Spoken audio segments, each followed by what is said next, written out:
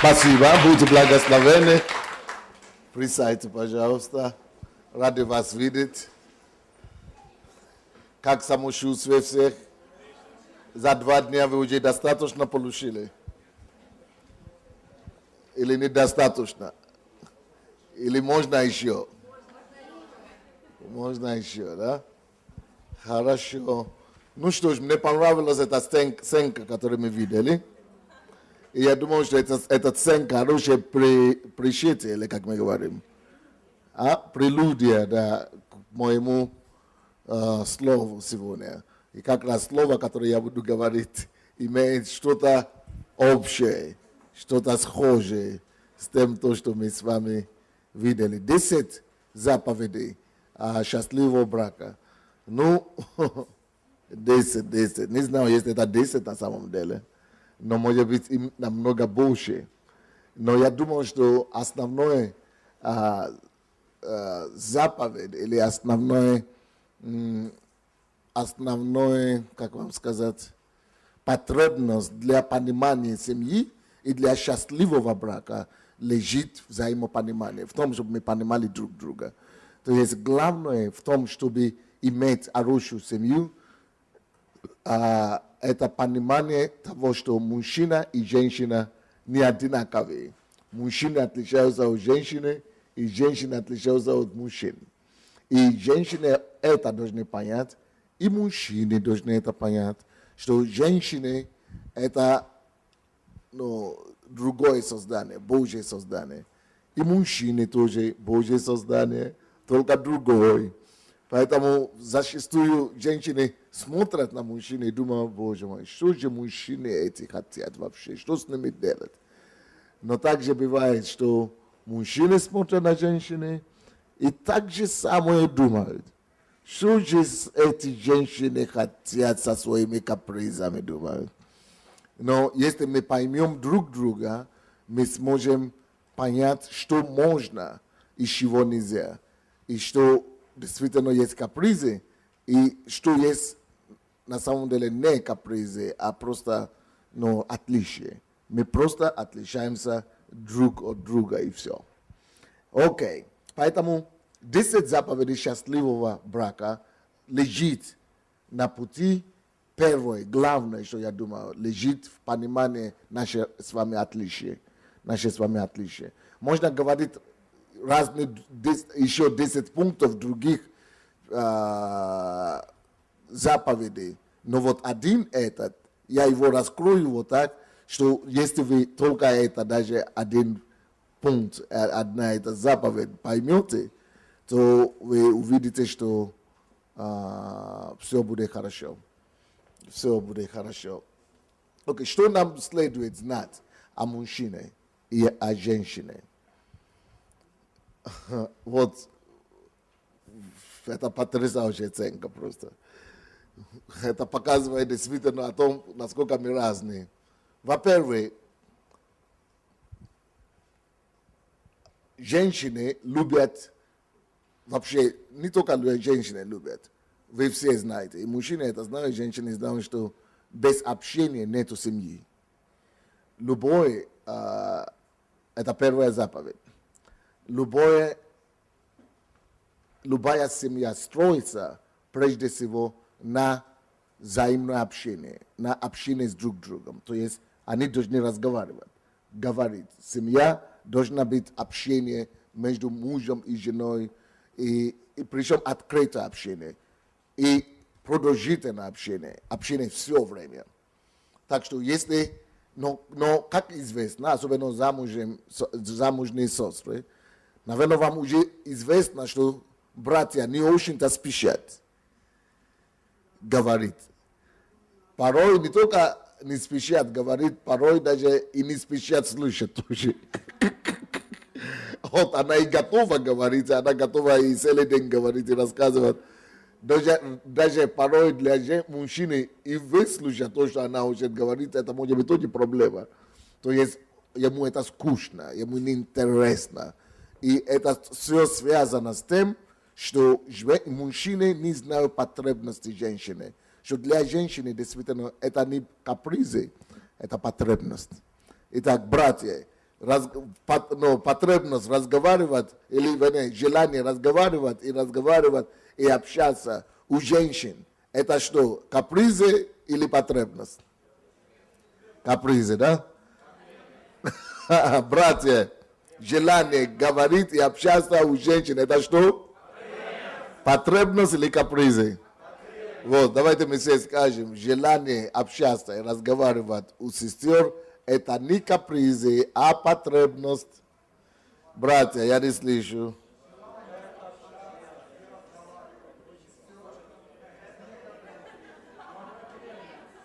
Это не капризы, но потребность. Это не капризы, но потребности. И с этого надо начать. Нам лучше и нужно это с вами понять. Если мы это поймем, это значит, нужно, если это потребность, это значит, если она это не получит, что будет?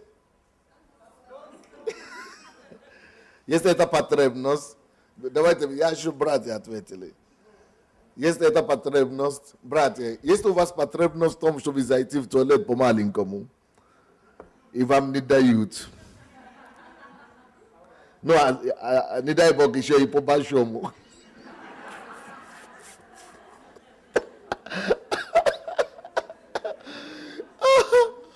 И вам не дают туда заходить. Что вам хочется делать? Сорвать все и побежать, как можно быстрее. Правильно говорю? То есть истерика наступит не только у вашей жены. Истерика наступит у вас собственной. Если у вас потребность, какая-то любая потребность, и особенно то, что я сказал, если у вас горячая потребность, и вам нужно очень-очень срочно, и нужно потребность давить, требует свое, и вы готовы что угодно сделать. Вот потребность в том-то и дело, что всякая потребность в еде, то есть как в этом представлении, которое мы видели, любая потребность, вот видите, он говорит, люблю, а потом к еде возвращается. Люблю, а потом к еде, потому что еда для мужчин это потребность. Поэтому, если это потребность, это не истерика, значит, даже мужчины, братья, если вам даже не интересно очень говорить или слушать, вы устали с работы, это, конечно, нельзя говорить, то, что я сейчас скажу, перед женщинами нельзя говорить. Но раз мы все собрались, уже вместе, они простят нас. Делайте вид, что вы слышите, если уже до того на то пошло. Если уже на то пошло, сделайте вид, играйте роль оружия. Но только это надо участвовать в разговоре, в это самое, играть роль как профессиональный актер, чтобы она не догадывалась, что это вы играете роль. То есть, если вы станете хотя бы вот так стараться ради нее, даже если она знает, что вы играете роль, но если она видит, что вы стараетесь, некоторые жены даже простят вас за эту роль. Если видят, что вы стараетесь, только нужно действительно стараться сделать ее счастливой в этом плане. Это значит участвовать в разговоре, поддержать разговор, делать вид, что вам это интересно, ну и так дальше. Следующее. Это же тот же самый пункт по поводу общения, да? Потребности в общении для вообще в семье, как заповедь, но успешной семьи. Нужно общение, нужно разговаривать, потому что это потребность у женщин. А как теперь помочь женщинам, чтобы ваши мужья захотели вас слышать? По-моему, тоже вам интересно будет это знать, сестры, нет? Как его включить в эту тему, да? Покормить он пойдет в телевизор. То есть кормить надо. Кормить по-любому нужно. Но разговор, в принципе, можно любое время поддержать с ним. Если у вас мужчины, если женщины будут знать специфики мужчины. А специфики мужчины в этом плане в том, что Мужчина – это такое создание, или такое Божие, что если он не знает, ну, конечно, мне неудобно об этом говорить женщинам именно, но это как факт, да? Не обижайтесь, не потому что я так верю, но это вам поможет, хорошо? Короче, мужчинам нужно знать по пунктам темы разговора. План, короче. Заставьте план. Я знал, что женщина это противоположно. Представьте себе, я жена, да? Хочу общаться со своим мужем, и мне говорят, чтобы я взял ручку и бумажку, да? Со своим мужем поговорить. Потому что я знал, что жена хочет просто выговориться. Жена хочет просто, ну, излить эмоцию, да? И селиться. Но если вы хотите, чтобы ему было интересно, а те определите для себя, о чем вы хотите говорить. А подскажите ему, что, слушай, у меня можешь ли, то есть, хотелось бы поговорить с тобой об этом. И гарантирую вам, если муж знает, что есть тема разговора, и речь будет идти о чем-то, ему легче. Он говорит, хорошо. Вот, это заинтересует его. Но это еще не значит, что он найдет время, чтобы слышать. Теперь второй вопрос. Как найти время? Как его заставить найти время для этого дела, для этого разговора? То есть, во-первых, вы уже одержали первую победу, женщина. Если вы уже ему сказали о теме, и он уже согласился. А если он будет знать о теме разговора, он говорит, даже если ему не интересна эта тема, все равно ему нравится, что, по крайней мере, он не в лес попал, ну, или в какой-то туман попал, что он не знает о чем, что если он уже знает о тебе о чем, даже если он не хочет об этом говорить, но если он знает уже эту тему, о чем вы хотите, не сиюминутно, что вы хотите говорить сейчас, и тут же надо ему сказать о теме, чтобы он вам сказал, сможет ли он сейчас или попозже. Желательно, чтобы вы не тут же мимо начали его выгружаться. То есть, желательно, чтобы он ментально собрался и подготовился к этому разговору. То есть, это первое. Теперь, как найти время для этого разговора? Но я знал, что это тоже не очень звучит для жен, да? Для женщины это не очень звучит. Но это вам поможет, это вам практически помощь дают. Не звучит, но эффективно будет.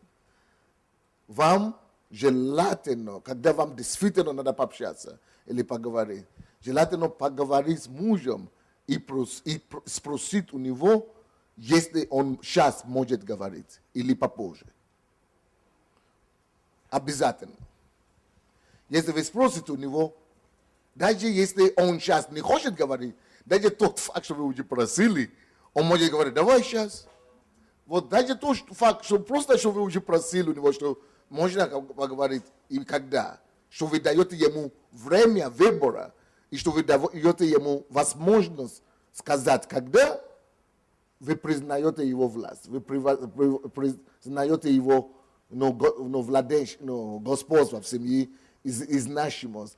Не то, что жены приходят и говорят, так, Саша, слушай, такой, и все, он говорит, куда мне себя деть? Ну, можно попозже, он старается начинать тебе говорить, хорошо, все, я понял, можно попозже, можно, он очень удраться побыстрее куда-то, короче.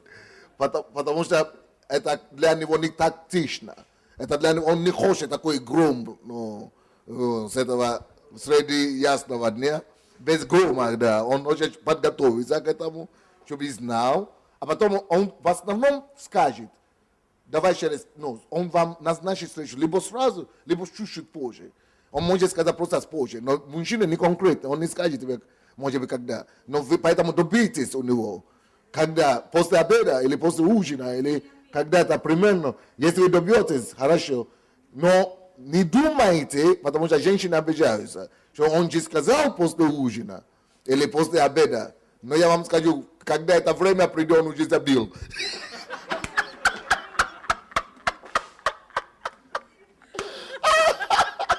Не думайте, что он к вам прибежит прямо к вам и говорит, вот, ты сказала, ты очень говоришь.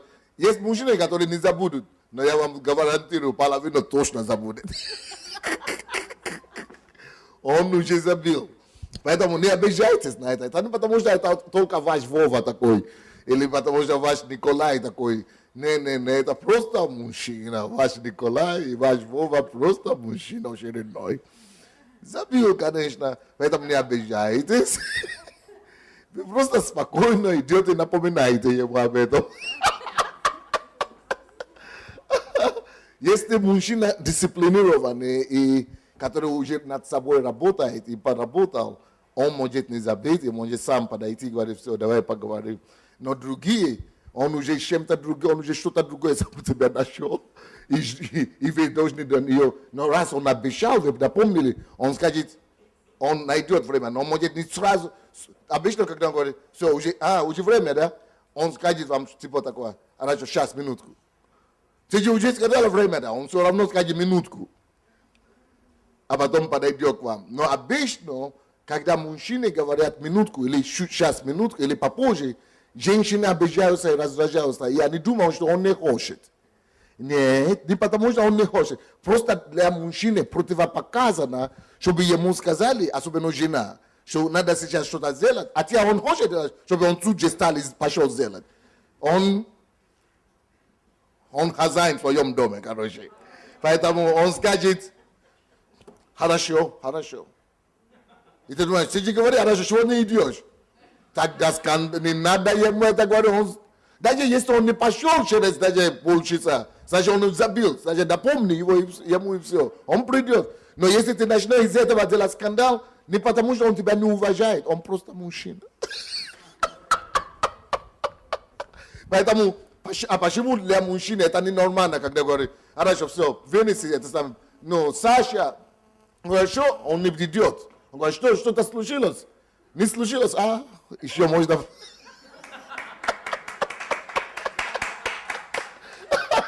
Он продолжает свое дело. Но если что-то случилось, он может побежать. Но если не случилось, хорошо, сейчас.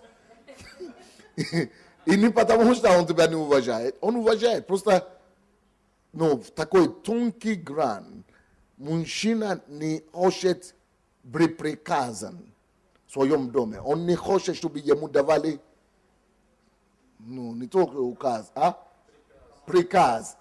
Командовали, да. Он не любит, чтобы его командовали, что именно прямо просто, что я делаю. А кто тебе сказал, что то, что я делаю, не важно. Это ты за компьютером ты стоишь или за телевизором. Но я сейчас подойду.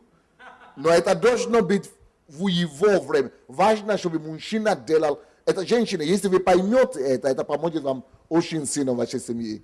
Мужчина должен делать на его условия. Правильно говорю? Это так по-русски можно сказать? На его условия. То есть он должен это делать тогда, когда он считает, что хорошо, что там.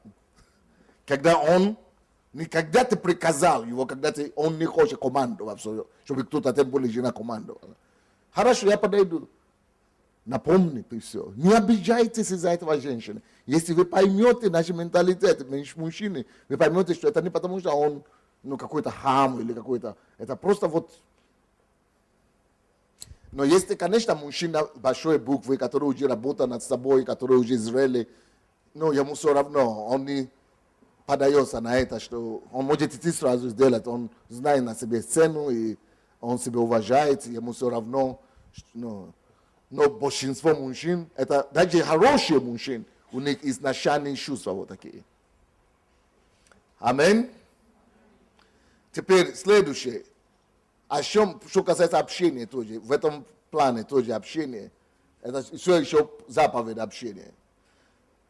Еще один пункт, который поможет, чего ты так смотришь, не нравится, да, свойства мужчин, не нравится. Вот она понимает, она очень стресс рассуждает, потому что она уже долго жила в семье, вот когда она рассуждает и говорит о мужчине, я смотрю на нее, как будто она мужчина сама. Она понимает. Она понимает, да. Причем она делает выводы правильные. Она понимает. Но то, что она понимает, говорит, я мало женщин слышал, чтобы так рассуждали, как она. Потому что она делает уступку, что женщины должны делать уступку, а женщины не любят делать уступку. То есть и скандалы приходят. И если послушаете ее, это вам поможет очень сильно. Короче, как диск есть, да? Это я говорю о Надежде Белоножко, пастор. Поэтому возьмите ее кассеты и диски. Но она сейчас по телевизору сейчас ведет, по интернету, по скайпу, на нашем сайте. Лица посольства Божьего. Это очень ценное учение. Окей, следующее. Как еще заинтересовать мужчинам говорить? Допустим, вот у меня было, я уже жил 15 лет в семье, когда у меня был очередной шок. В принципе, я хочу вам сказать, что в браке шок – это нормальное дело. Состояние шока вам надо развить в себе шокоустойчивый, или как это говорить, да? Шокоустойчивый, да, шокоустойчивость какой-то надо. Шокоупорный, да? Шокоустройство. Это как у мужчин, так и женщины, между прочим. Потому что если вы не привыкли или не любите получать шок, можно и на институт брака не помахнуться, или как вы говорите, не замахнуться. Но если вы уже решили жениться или планируете жениться, то шок будет регулярное явление. Причем не важно, насколько вы уже живете. Короче, я же такой человек, люблю все делать по плану, да? Я по плану делал свои время, чтобы мы общались с пастором Босса и с пастором, семьей, с женой. И, по-моему, для меня я общался, потому я стараюсь проводить эти 2-3 часа или 2 часа в день, пообщаться. Иногда мы не общаемся, мы просто сидим, делаем что-то и так далее. Или говорим о чем-то. И какое у меня было откровение, когда пастор Босса сказала, у тебя нет времени для меня, ты со мной не общаешься. Я говорю, принцесса, не понял. Давай достану расписание мое как-то. Это была моя ошибка, потому что мы общались, но я не ушел это. Потом я увидел это в моем конспекте, что это у меня есть здесь написано. Просто я его упустил как-то. Потому что общение, вот ты можешь сидеть, братья, слушайте, ты можешь сидеть со своей женой целый день общаться о чем-то, да? Не только один день, 1, 2, 3 дня подряд. И она все равно скажет, что у тебя нет времени для нее. Вы знаете почему? Потому что если ты с ней общаешься, и вы говорите о чем тебе интересно, но не о семье, не о ней самой, не о детях и не о доме, вы еще не общались, короче. Даже если ты сидишь дома, целыми днями, девушка аплодирует, да? Ну давайте, давайте.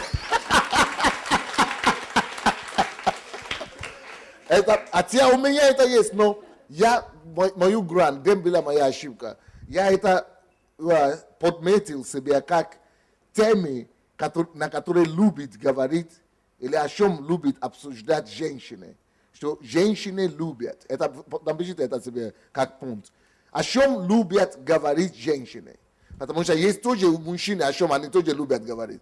Женщины любят говорить только или чаще всего не о делах, не о работе, чаще всего женщины любят говорить с мужем своим, с любимым своим, о доме, о семье, о себе, о нас. Часто они говорят. О нас или о ней. Это о нас чаще всего о ней, в принципе. Да, о нас, скажем, да.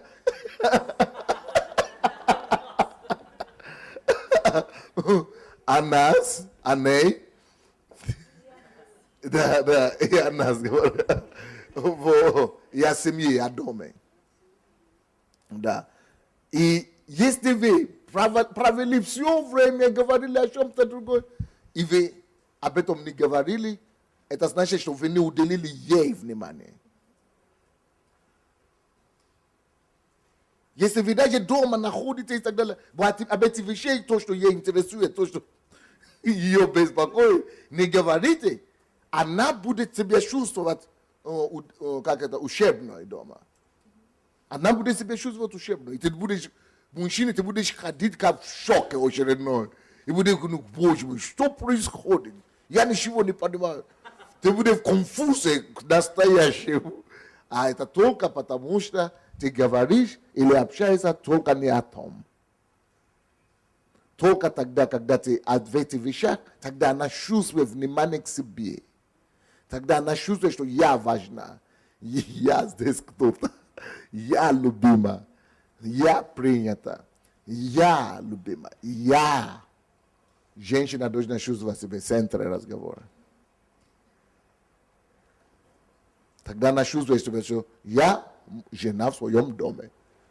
И мой муж меня любит. Слушай, как это любит? Я еще даже не говорю ничего о любви. Но ты же говоришь обо мне. Это ты же говоришь о доме. Мы же говорим о нашей семье. Значит, меня любит. Но говоришь месяцами, годами, о чем-то другом, но не об этих вещах. Ты меня не любишь. Все, один вывод, один всегда у женщины. Вывод. У мужчин может быть выводы разные, но у женщины только один вывод. Ты меня не любишь, и все. А это удивляет и шокирует мужчин, как это я не люблю. Если я на тебя женюсь, я тебя люблю. А ты меня не любишь. А как я не люблю? Ты со мной не общаешься, ты мне не уделяешь время. Если вы, мужья вы здесь, вы когда-нибудь слышали эту фразу, ты мне не уделяешь время, это то, что имеется в виду. Что ты не уделяешь время то, что ее волнует. Эмоциональные ее потребности. То есть, чтобы говорить об этих вещах, которые дороги ей. Но, в обратном, тоже женщины должны знать, о чем любят говорить мужчины. Или вам не интересно? Потому что вы, мы уже говорили, о чем любят говорить женщины. И вам это нравится, я вижу. Но мужчины, им это ни о чем не говорит. Я вам точно говорю. Вот то, что мы говорили о семье, о ней, о детях, о семье, о себе. Вот это все для него. Это ровно ничего не значит. Вот спросите у любой мужчины, он скажет, о чем там говорит? О чем говорит? О семье, о доме. Хорошо, картина висит, но повесит, но мусор вынес, еще. Ты готов? Да, ты готовила кушать? Поел вкусно, да. Для мужчины ни о чем говорит о семье, это не тема разговора. О семье, о доме говорит, а что там говорит? Все нормально. Стенка на месте, все нормально. То есть для мужчины ни о чем говорит. Поэтому конфузно. Что тогда для выхода какой? Шок, да, для вас? Вот, видите, оказывается, это шок для женщин, да? Что мужчина не интересует это. А для нас шок, что вы об этом хотите говорить. Молодец, мне нравится, сестра сказала, это шок, что мужчины так мыслят. Что ни о чем говорят. Точно, я вам точно говорю, гарантирую. Не то, что 50% мужчин или 80%, 101%. Он ни о чем говорит, о чем говорит. Поэтому они идут к телевизору. Да, поэтому они интересны телевизор, потому что там постоянно новые события. А дома все стоит, как и стояло раньше. Ты не будешь говорить об этом каждый день. Они дома предразумевают шкаф на месте, кухня на месте. Вот это. А у женщины всегда есть о чем там говорить, а у мужчины. Поэтому женщины, вы тоже должны знать, о чем же любят. Потому что женщины, вы заметили, что мужчины на самом деле, они разговаривают. И слушают, и любят слушать. Не только телевизор, и даже людей слушают. И много разговаривают, и много слушают. Но только они это делают в компании. Компании друзей. Вы не заметили это? Они говорят, они разговаривают, они очень живо даже общаются. Но компания друзей. Вы знаете почему? А дома муму какой-то сидит и все. Он никакой, не говорит ничего. Почему? Потому что он не понимает, что ты хочешь. Теперь мы уже помогли им, мы уже дали им темы, что вы хотите. Теперь вы тоже должны знать, что же он, не говорит, что же он хочет. О чем любят говорить мужчины? Пишите. О чем любят говорить мужчины? Потому, именно из-за того, что об этих вещах говорят в его компаниях, у его друзья и компания говорят об этих вещах, поэтому ему там интересно. Поэтому, братья и сестры, не остановите ваши рассуждения и разговоры только на своих темах. Интересуйтесь его темами тоже. И поддерживайте его разговоры тоже на его темах. Тогда будет симбиоз такой, будет баланс такой. Непонятно то, что я пытаюсь говорить? Или можно зацепить его проблемы сначала, сестры, я вам тактику подсказываю. Начать с его проблемами, с его интересами, а потом закончить своими темами. Первый, мужчины, о чем мужчины любят говорить? Мужчины любят говорить о работе. Не просто о трудностях на работе или что-то там, ну, о каком-то компьютере на работе и так далее, а об успехе, о его продвижении, о его возвышенности, о его успехе, о его продвижении, о его перспективах, о его успехах, о его продвижении, о его успехах в служении, на работе, в обществе, в политике, в чем-то, вот, о его... Так? Понятно, сестры? Следующее. Мужчины любят говорить о событиях в стране, о политике. Даже если он не политик. Да. Мужчины любят говорить, ну, о спорте.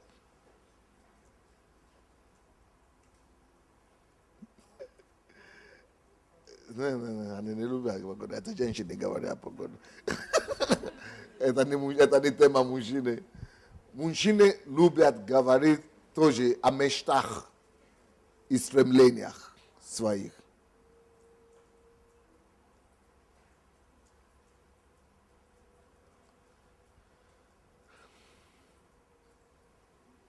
Но тут я должен делать баланс.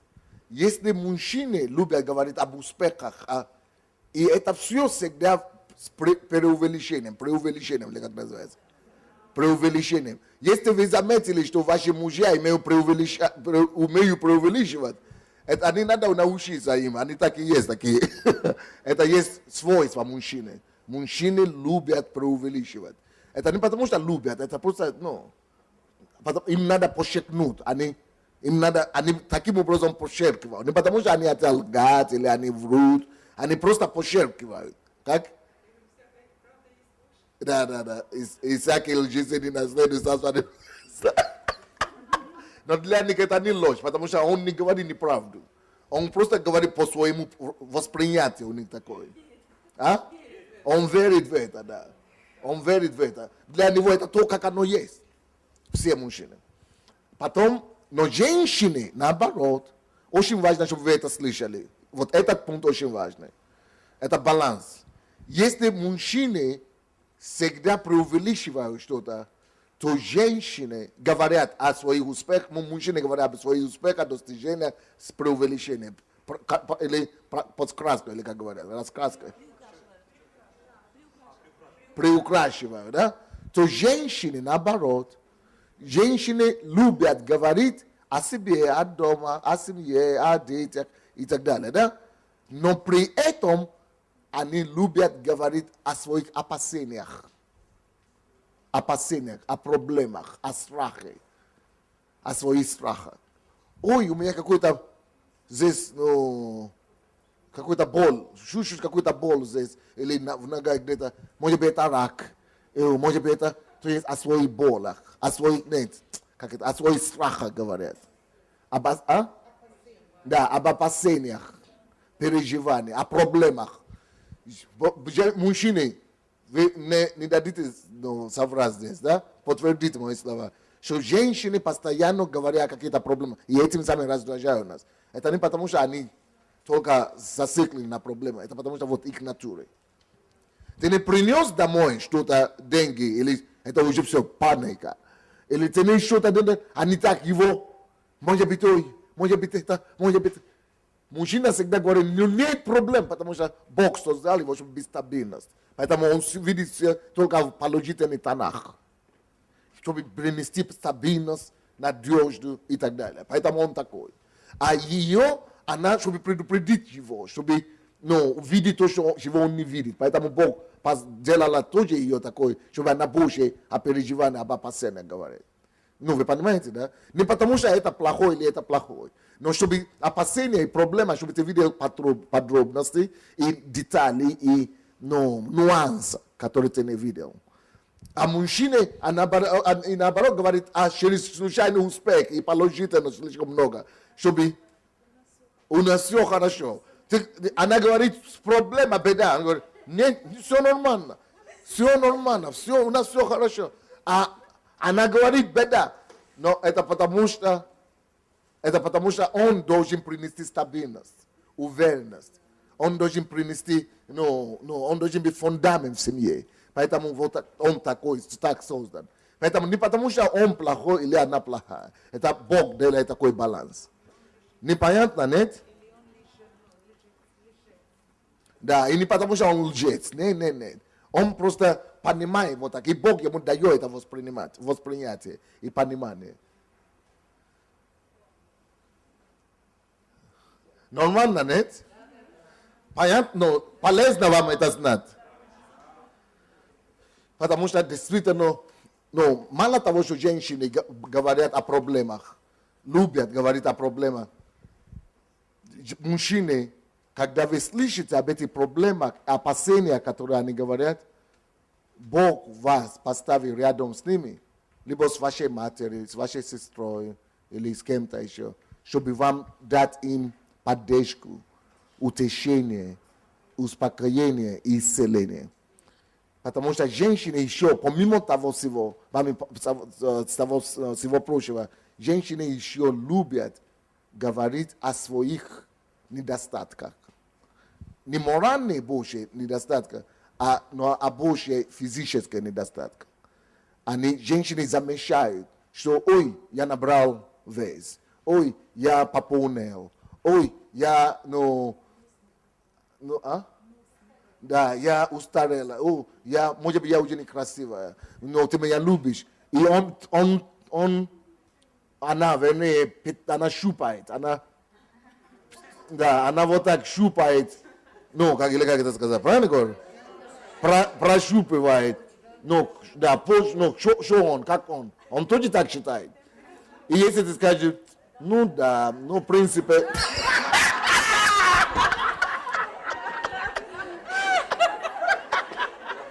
У тебя, конечно, фигура уже не так. Ты ее убил просто, все. Или если ты скажешь ей, да, я тебе уже говорю, надо спортзал, она проплачет не только один день, она проплачет всю неделю, целый год вообще проплачет. И она может это тебе уже не простить. Ты начинаешь гнать ее в спортзал, когда она ждала поддержку, утверждение от тебя, это не... Что это не так, да? Что это не так? Ana как раз дала, у тебя еще ведь утверждал, и убеждал ее всеми твоими харизмами, что это не так, что она как раз выглядит классно. Ты же умеешь, когда тебе это надо. Преувеличивать и переубеждать. И так далее. Вот теперь бери за нее и переубеждай, что она еще самая красивая, она все еще не хуже, чем 18 лет, что она все еще такая вся прекрасная о себе.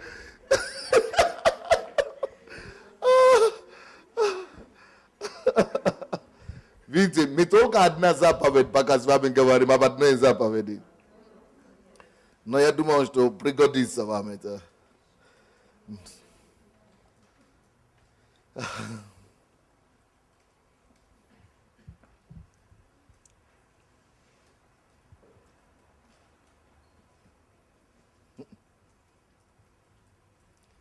Давайте я вам еще что-то скажу об общении. При общении женщины это не любят. Но это факт. Да? Но сейчас попытаемся исправить это дело. При общении мужчины обычно смотрят по сторонам. Может, кто-то уже заметил.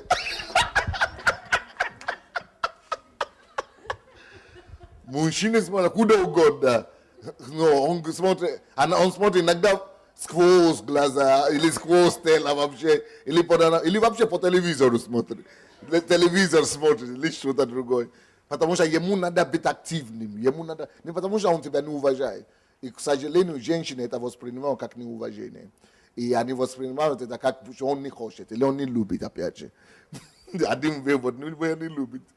Не потому что не любит, это потому что ему нужно движение, это его натура, он завоеватель. Ему нужно адреналин у него намного повышенный. И ему нужно, это его натура, ему нужно двигаться, ему надо двигаться. Не потому что он вас не уважает, женщины, поймите это так.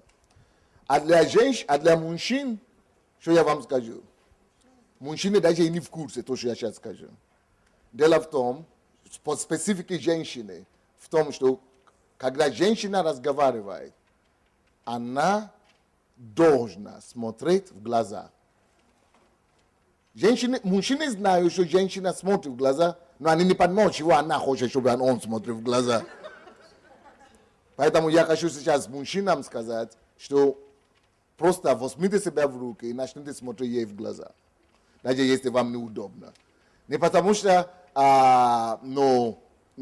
она капризная или что, а это потому что через глаза она видит. Она просчитывает все. Она прощупывает и просчитывает, она очень видит, что у вас происходит внутри. Поэтому нужно смотреть ей в глаза. Игорь, представляй такие детали. Вроде бы это мелочи, но это имеет значение для женщин. Я тебя слышу. Футбол надо смотреть, но я тебя слышу. А он хочет, потому что когда вы смотрите ей в глаза, для нее это значит, что она важнее всего в этот момент. Это значит, что он меня любит больше, чем телевизора, он меня любит больше, чем друзей, он меня любит больше, чем всего остального. Это показывает ей, что вы, что она центр вашей жизни. Хотя я лично сторонник того, чтобы совмещать дела, нисколько.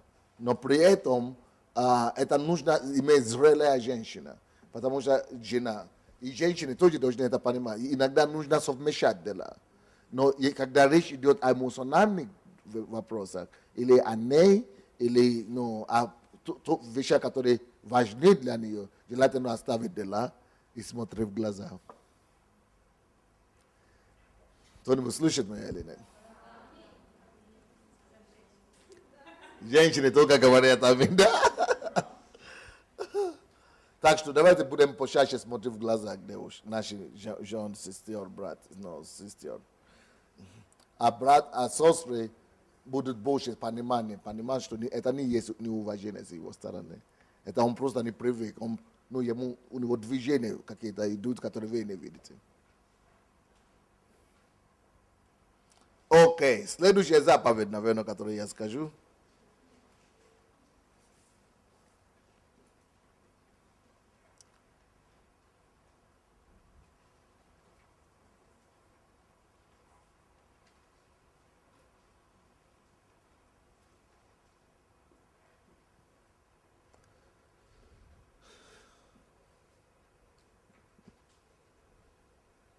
Нужно понять, где страсть мужчины и где страсть женщины. И с пониманием относиться к этому. Где женская страсть и где мужская страсть. Понимание это важно, чтобы мы могли жить мирно. О чем речь идет? Дело в том, что женщины, если мы с вами поймем, что страсть мужчины заключается в том, чтобы он реализовывал себя, чтобы он работал. Ну, на работе, на делах, на достижениях, на стремлениях. Вот в его стремлениях, страсть его в его стремлениях, страсть его в его работе, страсть его в его достижениях, страсть его в том, что у него что-то получается. Поэтому, если что-то не получается у мужчины, это катастрофа для него. Поэтому вам в это время он нуждается в вашей поддержке очень сильно. Он нуждается в вашей поддержке, он нуждается в том, чтобы вы сочувствовали ему и помогли ему. В это время он нуждается в том, чтобы жена его поддержала. Не просто в том, что ничего, ты же жена на меня, все равно я с тобой.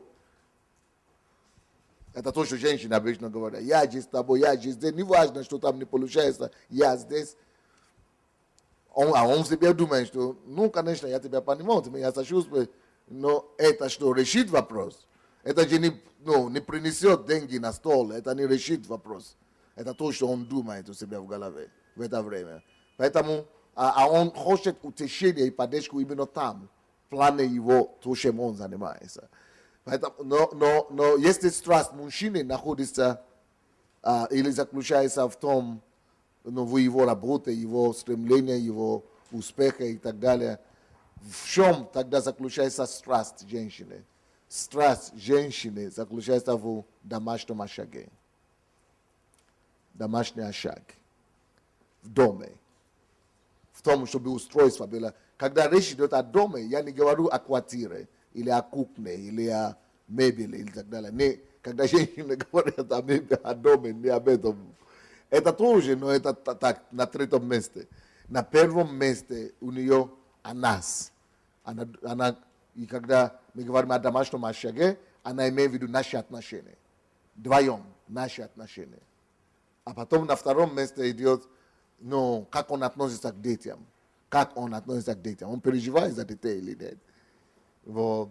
А потом уже все, об быте, о устройстве и так далее. Так что мужчины, вы должны это понять. Когда она постоянно тебя тянет домой, чтобы прийти домой и так далее. Не потому что она капризная, или потому что она не хочет, чтобы ты достиг успеха, а потому что это именно там, где она чувствует и получает безопасность, где она чувствует поддержку, где она чувствует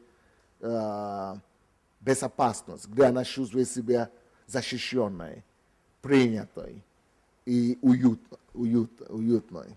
Это в семье, в доме. А наоборот, мужчины, когда у него получается на работе достижения, он там чувствует себя уютно. Поэтому, сестры, тоже вы должны это понять, чтобы не гнать на него, и чтобы не наезжать на него, что чего ты пропадаешь на работе, чего ты только о работе думаешь, чего ты это самое. А потому что это место его уюта, это место его очага, как вот у женщины дома, так у него работа. Страсть у нас находится в разных местах. Понятно или не совсем? Но в голове понятно, но я знаю, что женщинам тяжелее это понять. Потому что женщины в основном говорят, зачем ты тогда женился? Зачем ты тогда женился, если ты только о работе и о друзьях и так далее? А он женился, потому что он вообще смотрит на эти вещи по-разному. Ему надо прийти домой и иметь жену, и это совсем разные цели. А его работа, он видит это вообще как отдельное, вообще одна другому не мешает. А женщина часто думают, что это мешает. Хорошо, следующий пункт.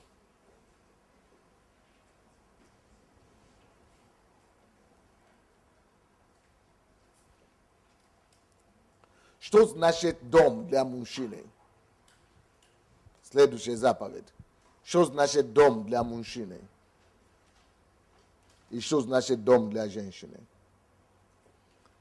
Для мужчины дом обозначает, это не совсем то же самое, как для женщины, к сожалению. Для женщины дом это все. Семья это все. А для мужчины, не хочу вас огорчать, девушки, сестры, а? Молодец, десятку. Для мужа дом это всего лишь место, где он может прийти и расслабиться. Это просто место, где перенести дух, или как мы говорим. Перевести дух, да, мы говорим. Да, перевести дух. Место, где он может просто перевести дух. Где он может просто отдыхать и просто реабилитироваться. Исцелиться и реабилитироваться. Поэтому самое страшное, что женщина может сама себе устроить, самое страшное, что может делать, чтобы разрушить свою семью побыстрее, сделать, это устраивать скандалы дома для мужчины. У него если для женщины, у них всегда единственный выход, единственное заключение всегда во всем, ты меня не любишь, то он не скажет, ты меня не любишь. Вы знаете, что он скажет? Развод. Давайте разведемся. Или я ухожу, я не могу. Он уходит. Нельзя дома закатывать скандалы. Это противопоказано мужской натуре. Просто противопоказано. Надо находить другие способы, другие пути. Потому что он приходит домой как на лечение. Представьте себе, что вы пришли к врачу, допустим, да? И врач вам начинает на вас наезжать. Вы вообще лучше умрете больной, чем там лежать в этом больнице. Вот так бывает тоже с мужчинами. Когда он приходит домой, он ожидает исцеления. Он ожидает восстановления. Он ожидает реабилитации моральную, потому что он затрачивал энергию там, когда он на поле боя, на работе. Для него он там уже затрачивал энергию, уже израненный, запачканный. И он уже просто прийти домой и перевести дух. Вот почему он часто смотрит телевизор. Да. Потому что для мужчины смотреть телевизор это как реабилитация, эмоциональное, душевное исцеление. Нет, это не как отдушину, как таково. Не. Это просто, он просто переключается от работы. Это переключение, это не отдушина, но это переключение. Допустим, если на работе, особенно он работает умом все время, он сейчас ушел оттуда, он пришел домой, ему надо переключать, ему надо какое-то другое занятие. Ему надо начинать что-то. И самый лучший способ, как мужчины отдыхают, и не только мужчины, и женщины даже, которые имеют умственные работы, но особенно мужчины. Самый лучший способ, как мужчины отдыхают, это зрением. Вы слышали, что говорят, что мужчины любят глазами, да? А потому что и глаза для них передают 80% информации для мужчины. Если для женщины это уши, и когда женщины слышат, она исцеляет их на 80% организма.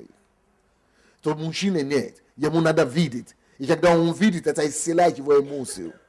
Особенно видит что-то, которое двигается. Или который много света, разных цветов, вот так. То есть, поэтому, когда в то время, когда не было телевизора, были картины, галереи, картины. И люди всегда ходили смотреть галереи, картины, да? Потому что свет. И да, это, я вам говорю, медицинские вещи, которые уже подтверждены. Это свет, она сбивает усталость, это серость, она приносит энергию ему и добавляет адреналин, да. Поэтому для мужчины это важно что-то, какое-то движение должно быть. Потому что недавно, в прошлом году, ко мне приехала один наш пастор, муж пастор и жена пастор. И она мне говорит: пастор, мы уже женаты, год с лишним сейчас, или 2 года они были женаты. И она говорит: я ни с кем не могу об этом говорить. Это, наверное, большой секрет, тайна нашей семьи. Только к вам могу приехать с этим вопросом. Я говорю: хорошо. Пастор, только, я не пришла жаловаться, я готовить.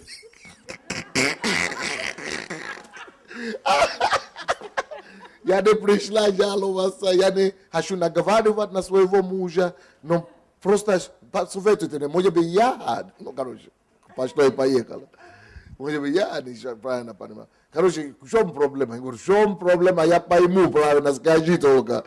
А то ты полпути уже мне только подготавливаешь. И она мне говорит: он же пастор.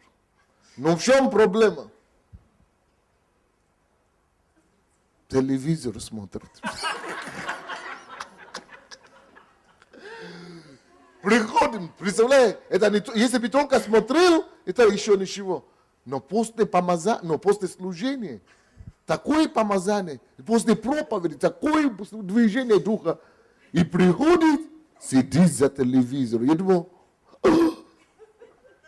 первое время после замужества, я думаю,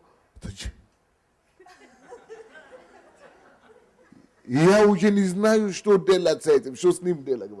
Я говорю: дорогая моя, я назвал ее имя, говорю: успокойся, успокойся, да, как говорю, успокойся, релакс, успокойся. Говорю: а что?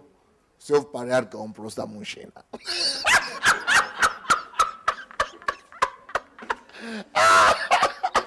А чего мужчина?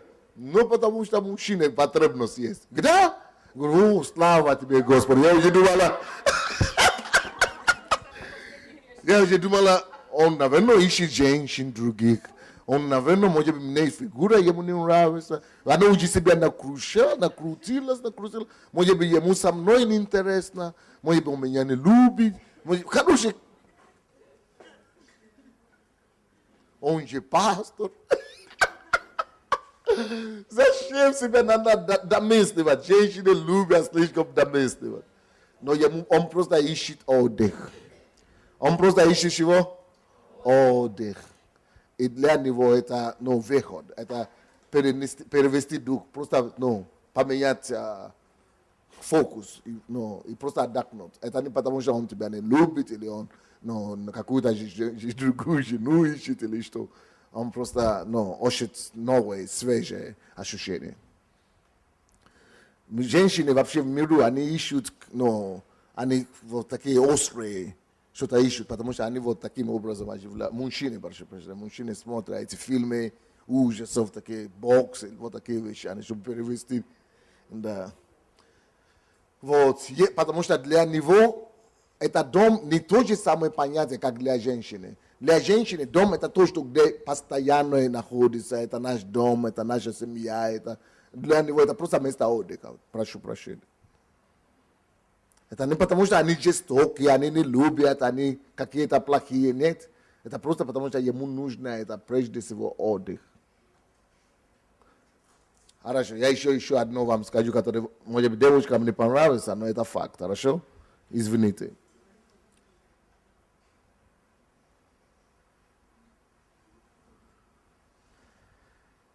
Это не то, во что я верю, хорошо? Я просто вам объясню, как есть. Для мужчины дорого его на какие-то домашние задания, домашние дела,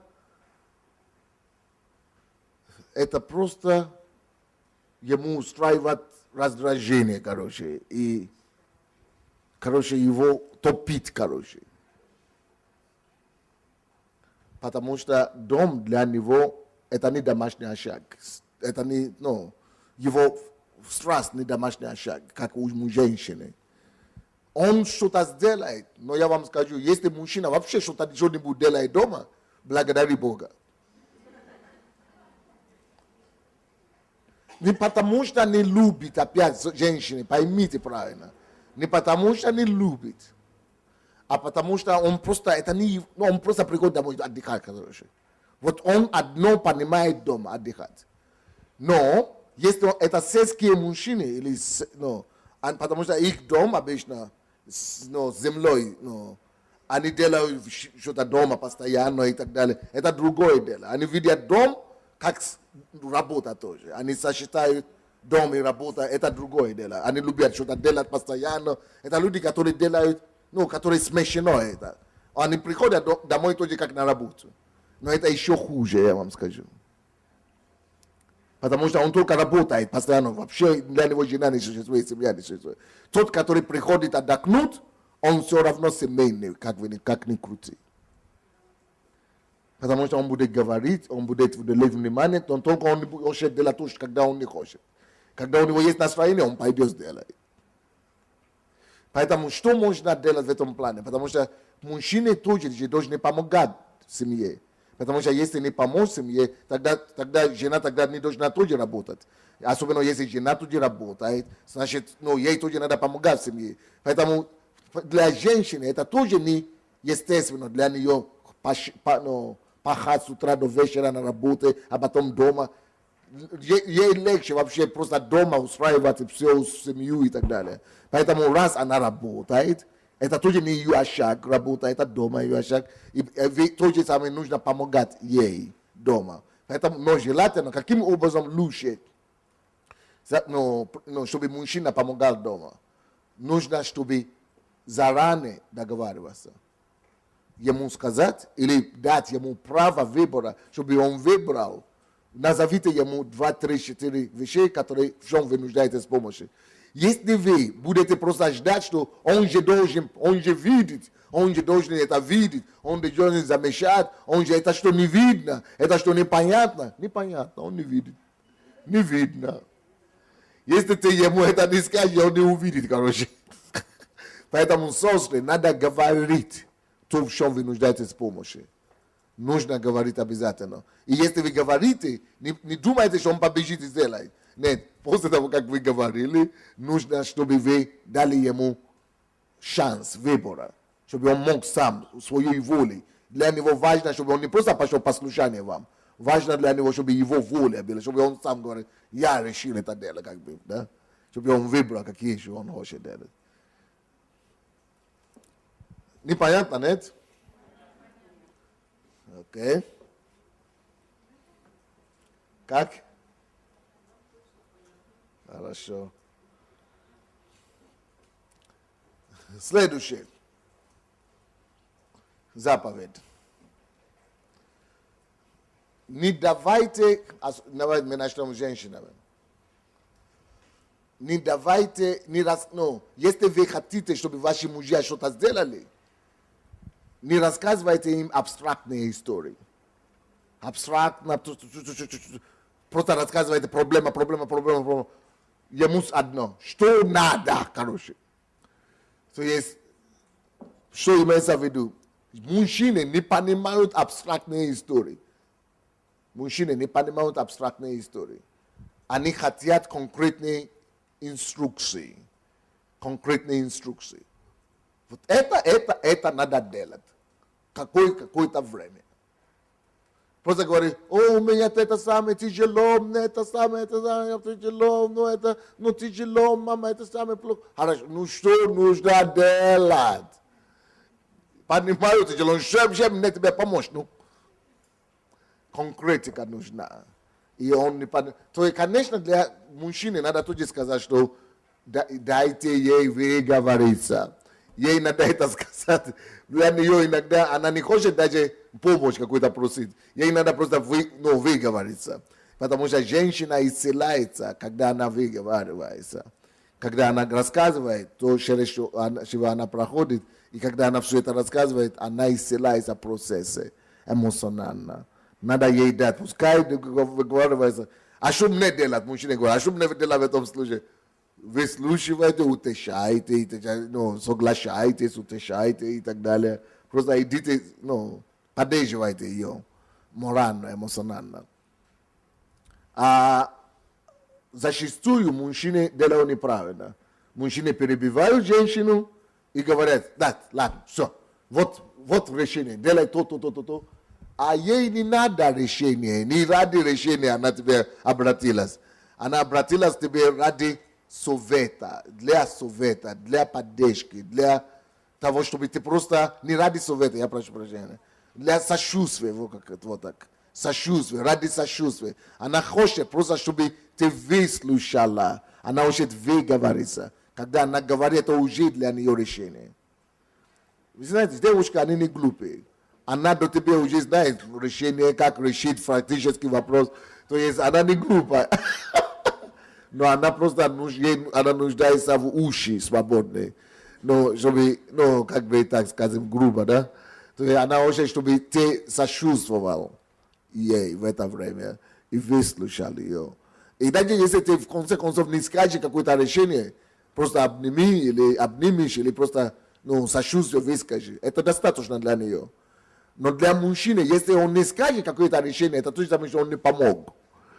Да, для мужчины такой менталитет, что он должен что-то сказать, что-то подсказать, какие-то решения, тогда он помог. А если просто выслушать, говорит, зачем тогда я выслушал? То есть вот такие, но ей нужно, это ее потребность выговориться. Давайте я следующий вам скажу пункт, похожий на, выходит из этого пункта.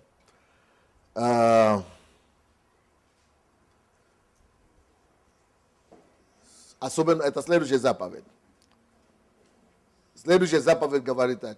Мужчин это для женщины. Мужчин нельзя жалеть. Жалеть. Нельзя жалеть. Вот, допустим, как там сказать, вот, ну, он пришел с работы расстроенный, да? Ну, что-то там не получается, и ты говоришь, ой, мой хорошенький, ничего, ну, ничего, все будет хорошо.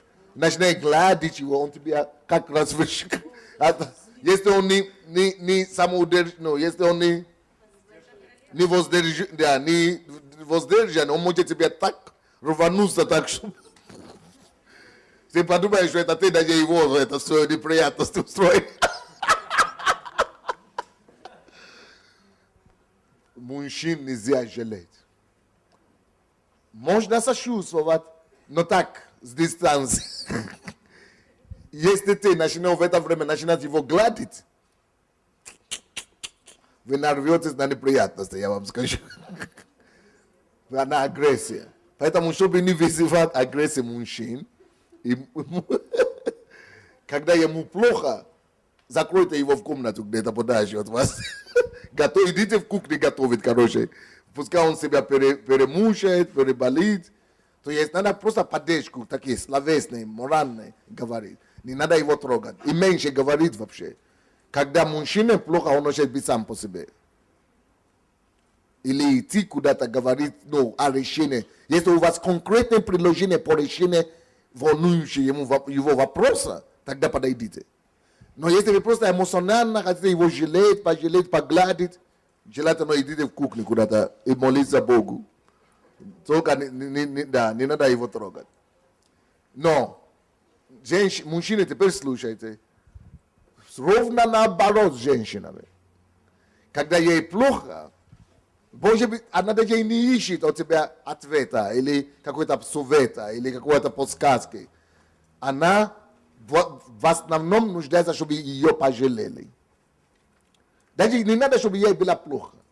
Просто когда, ну, в любом случае, женщина нужна жалеть. Женщина нуждается в том, чтобы ее пожалели. И чтобы ее гладили, чтобы ее обнимали. Все то, что нам не нравится, короче, им нравится.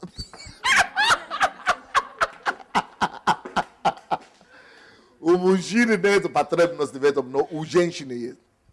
Братья, вы, наверное, заметили, что зачастую вы приезжаете к мамам. Почему, ну, мужчины, дети, сыновья срываются на свои мам?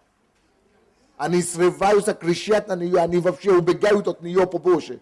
Потому что она очень, гладит и жалеет. Она относится к нему как к себе. Не только как к ребенку, как женщина хочет. Это потребность женская, чтобы ее жалели, чтобы ее гладили. Не потому что как ребенку, нет. Как ребенку ладно, но не как женщине, не как девушке. Вот в чем проблема, да? Да. Громче, потому что здесь надо, чтобы было слышно. Давай в микрофон скажешь.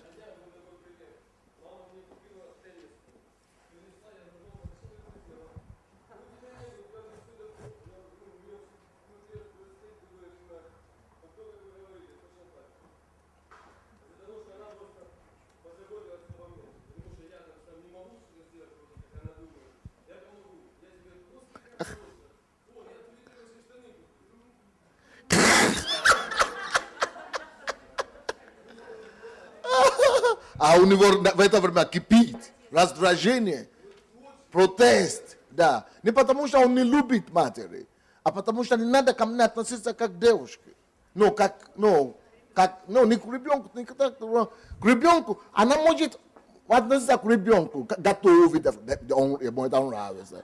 То есть, или что-то другое, или гладить, как ребенку вот так, но не женские вещи проявлять. Понятно, нет? Но наоборот, когда маме плохо, надо идти ее объять и гладить. Вот все, что она пытается тебя делать, это ее потребность, чтобы ей делали. Если ей хочется купить тебе подарки и так далее, это значит, что ей надо покупать подарки. Вы понимаете, да? Если ей хочется, какую-то заботу проявлять тебе, это значит, что ей надо это проявлять.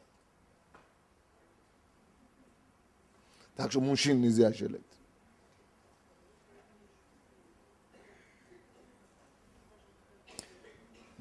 Порой даже мужчины иногда раздражаются, если их трогать, не тогда, когда он хочет.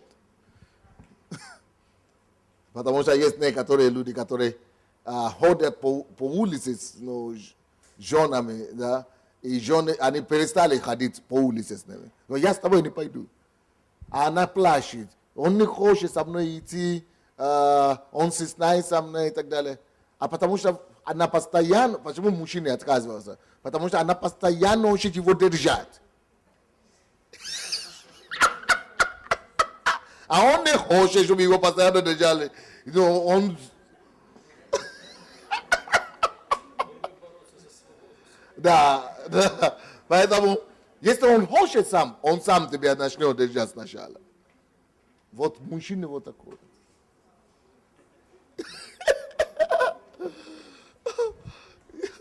Дома держи, если хочешь. Дома обними, если хочешь. Иногда вот так мужчины так говорят. Но если ему нравится, ему хочется, он это сам начнет делать. Но, конечно, это нужно тоже, чтобы мужчины поняли, что это потребность для женщины. Это потребность поддержки, это потребность в опоре. Поэтому нужно обязательно соглашаться, не только гулять, но еще ее держать и позволить ей себя держать, когда гулять. Нужно, чтобы мужчины тоже себя побеждали в этом плане и это позволили этому произойти. Следующая заповедь. Это уже сколько? 5? 6? Следующая заповедь, я уже по-быстрому иду. Следующая заповедь, это для женщины важно это знать. Это то, что мужчины, они обожают свою свободу.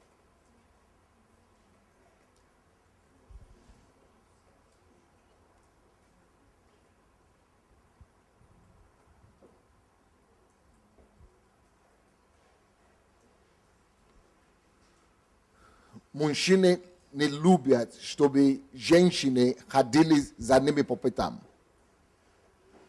Мужчины боятся женщин, и не то, что боятся, они ненавидят даже свою жену, когда жена постоянно ему не дает проходу.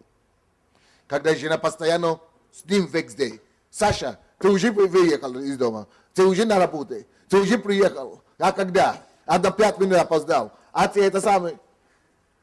Они не любят контроль. И они обожают свою свободу. Для мужчины важно быть свободным. Позволь ему быть сам себе, по себе.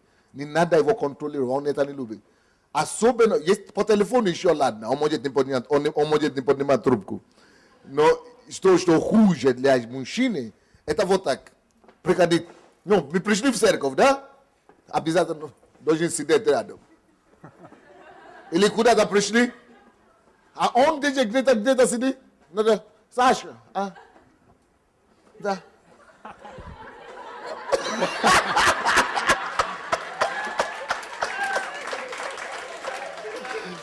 Ну, вы понимаете, типа того, да? О, Саша.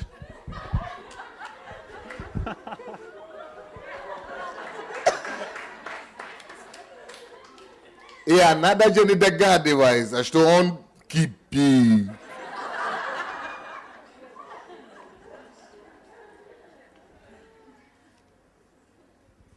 Потому что женщина иногда любит использовать своего мужа как витрина, да? Или как называется? Витрина, да? Или как? Витрина. Я же замужем. Вот. Буду показ делать. А он не макишенец, или как там говорят? Он не манекен. И ему не хочет быть манекен. Он не хочет, чтобы его делали показ. И вот... это манекен, который ставят вот он тут. И не из-за этого, а потому что просто мужчины, они любят свою свободу. Он хочет быть свободным. Следующая заповедь. Женщине свойственно замечать ошибок. Женщине свойственно замечать ошибок и детали, его ошибки, в основном. Не своей, конечно. Она как-то умеет закрывать глаза на свои и заметать, как там, следы, или как мы говорим. Заметать следы? Заметать следы. Но его не пропустит. Но об этом надо тоже говорить. Если женщине, вам Бог дал, Бог уже дал такой дар, замечать недостатки ваших мужей, нужно научиться быть культурными и корректными в том, чтобы это сказать так или подсказывать так, чтобы это не показалось, что вы обвиняете его или принижаете его, или вы пальцы тыкаете ему.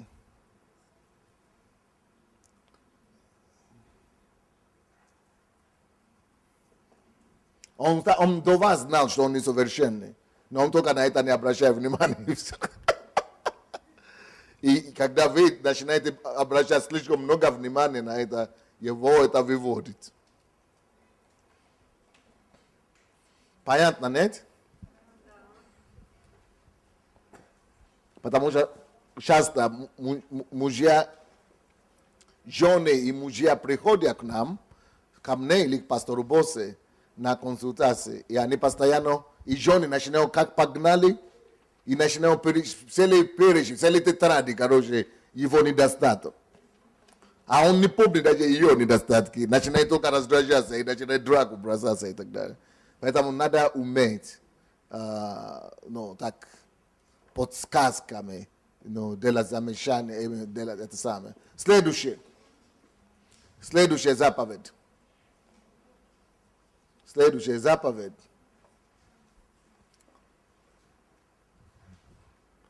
Мужчине нельзя учить дома. Не мужчине, а мужей нельзя учить. Мужей нельзя учить дома. Особенно дома. Ушить ще имеется в виду указывать, или как это сказать? А? Поучать, да, поучать. Вот так, лучше вот так, да, поучать. Мужей или мужей нельзя поучать дома. Они это не... Вот, кто из вас заметил, женщина особенно, что ваши мужья, может быть, даже тот же самый замечание, которое вы пытались ему сказать, его друзья или мама или кто-то говорит, он принимает нормально. Но как только жена начинает, как жена начинает говорить, все, он как будто не слышит, или раздражается, или обижается, или это самое. Это потому что Бог дал женщине мудрость, чтобы не, как мы говорим, поучать, не указывать, не давать инструкции, потому что мужчина, как он воспринимает, вот эти поучительные лекции, он воспринимает как желание ее господства над ним.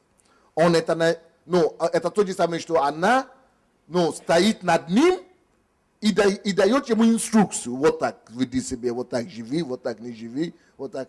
Но у него это хватает на работе, где его начальники ему говорят, указывают, что как делать в церкви, где ему все указывает, как что делать, как что он неправильно делает, все его и корректируют, исправляют. Еще и дома. Не, извините меня.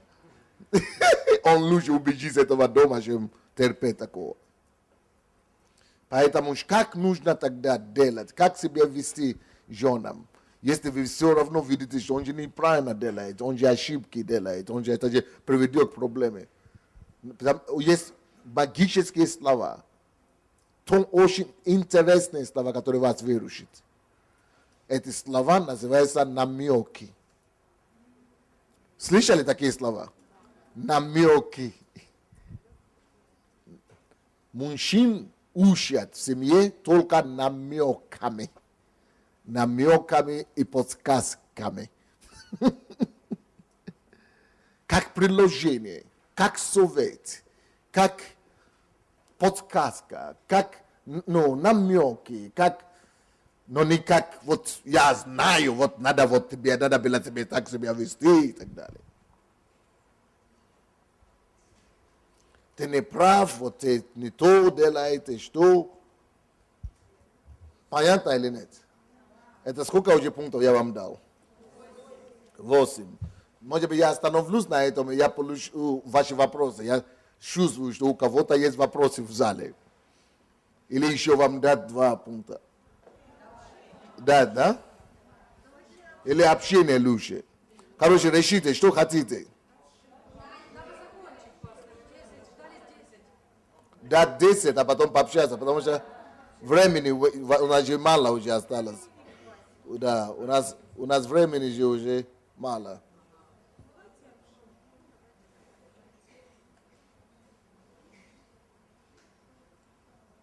Давайте я вам еще один пункт скажу.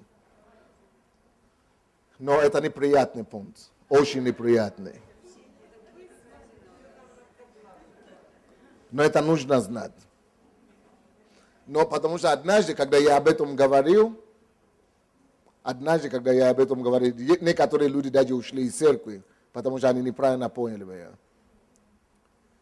Если мужчина, особенно если вы женаты, замужем, за неверующих, если мужчина, не дай Бог, мы против блуда в нашей церкви, мы не изменяем жен, мы не против много жен, мы против блуда, мы против и так далее. Но, если не дай Бог, мужчина, ваш мужчина или ваш муж, переспит с кем-то, это не обозначает, что он изменил вас. Вот это не понять женщине никогда. В голову не входит. Но зрелая женщина это поймет. Или это понимает. Мужчина, который переспал с женщиной, другой, кроме своей женой, он совершил грех перед Богом. Это называется блуд. Но это не значит, что он изменил в его сердце. Для мужчины переспать с кем-то может произойти в любой момент, если он потеряет контроль над собой. Este on nekontroliruję w danym moment. To jest, это может случиться с любой мужчиной в любой момент. Потому что для мужчины секс не обозначает любовь. Секс для них обозначает просто перезагрузка, или как это называется? Разгрузка. Это для них секс это просто разгрузка. Это просто семейная жидкость, куда-то сливать надо было. И ему вообще-то ровно счетом куда сливать это дело. Извините. Это вот так они. Для мужчины секс это то же самое, что зайти в туалет. К сожалению. Поэтому, чтобы мужчина не изменял, и не занимался мастурбацией, и не занимался что-то подобное, или порнографией, это нужно, чтобы либо он знал Бога, либо чтобы он был очень... Ну, это вообще в миру нету таких, вообще нет таких. Вы не найдете ни одного случая, чтобы он не занимался мастурбацией, чтобы он не занимался порнографией, и чтобы он еще и не изменял. Не бывает. Это только благодатью Бога. Поэтому вы должны знать, что если ваш муж вам не изменяет и так далее, вам надо ценить этого мужа. Вам надо поддержать этого мужа. Вам надо дорожить этим мужем. Потому что для мужчины, мужчина любит только глазами. Вы можете себе представить, что для мужчины достаточно видеть просто женщину, чтобы возбудиться. Любую. А сколько женщин в этом зале? Сколько женщин в Украине и в Киеве? Это вообще очень легко для мужчин. Мужчин, женатые, замужние женщины знают, что мужчин не нуждается в прелюдии. Ему не надо никакой прелюдии. Он уже готов, он всегда готов. Это опасное состояние, между прочим. Если человек всегда готов, это катастрофа. Но из-за того, что мы христиане, человек должен обладать самим собой. Человек должен контролировать себя. Человек должен бороться против своей слабости, своей плоти. Но, не дай Бог, всякое бывает. Мы надеемся на лучшее, но готовимся к худшему. Да? Всякое может быть. Если мужчина, как знать, если мужчина изменил или нет? Вот, один мужчина переспал, и другой переспал. Как знать из двух, из них, кто изменил и кто не изменил? Вы хотите знать? А? Не, давайте я вам скажу, да? Можно сказать? Нужно? Хорошо. Мужчина, который это переспал и это переспал. Но вот тот мужчина, который возвращается домой к жене, как будто ничего не было, он ее уважает дальше, он с ней живет, как будто он, вы даже мужчина и женщина, это еще другой шок. Не обижайтесь, но это факт. Мужчина может переспать с женщиной, и он даже не помнит, что он это сделал. То есть, он даже не помнит. Он даже не помнит ее, как ее зовут, или где это произошло, он даже не помнит. Это фантастика. Это только с мужчинами такое вещи может быть. Да. То есть, потому что для него это не сердце. Секс для мужчины это не душа, это не любовь. Если для женщины секс это проходит через сердце. Любовь, надо, чтобы чувство было. А для него нет. Он просто зашел куда-то сливал и пошел дальше. Вот почему заказывают проституток. Они даже не знают, как их зовут, эти проститутки. Им просто нужно, это просто физически, как это, биологически, как это. А? Да, потребность, физиологическая потребность просто. Это даже не акт, это просто... Вот, это просто потребно, ему надо было это себя победить. Поэтому, если при этом, вот, допустим, мужчины, что они говорят? Они говорят, если я говорю с ними, ты же женат. Или женщины, говорят с мужчинами, ты же женат. Да, жена это святое. Вы слышали такое?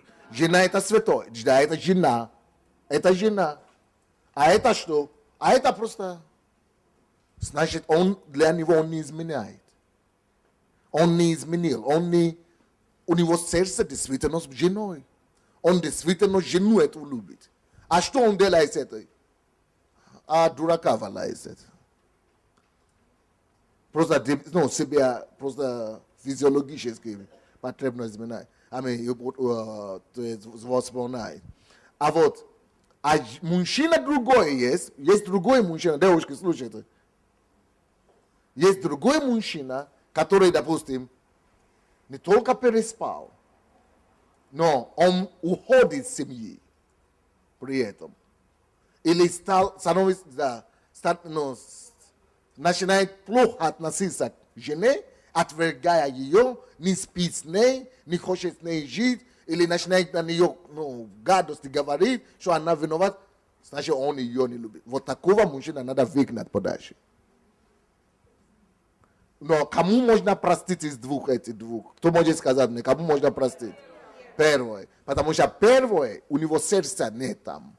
И он может отказаться от этого греха любое время. Он не то, что даже отказаться, ему даже не надо отказываться. Он даже и не намерен продолжить это. Вы понимаете меня или нет? А тот, который уже влюбился, который только туда и хочет, надо выгнать. Речь даже не идет о простить, не простить. А? Простить тогда, но опустить. Простить и опустить, короче. Я не знаю, понятно то, что я пытаюсь говорить? Я знаю, что я вас уже обидел, сестры. Как? Но зато правду. Кто-то вам должен это рассказать. Как? Наоборот, слава Богу. Потому что были люди, которые убежали из церкви, обиделись, и на меня теперь что только не говорят. Потому что вам надо, чтобы кто-то это сказал. 10-й заповедь. Или как мы назвали 9-й заповедь? Что такое измена? Назовите так. Что такое измена для мужчины? Так назовем это 9-й пункт. Это предыдущий пункт. Что такое измена для мужчины? Или когда мужчина изменяет? Когда? Теперь следующий пункт. 10-й. Когда же... Это вопрос такой будет. Или как лучше задать это? Когда женщина изменяет? Или при каких случаях женщина изменяет? Можно так? Или как лучше сказать? А? Как лучше сказать? Что? При каких случаях, да? Или при каких обстоятельствах? Почему женщины изменяют? Вот давайте так скажем. Почему женщины изменяют? Потому что не только мужчины изменяют, извините меня.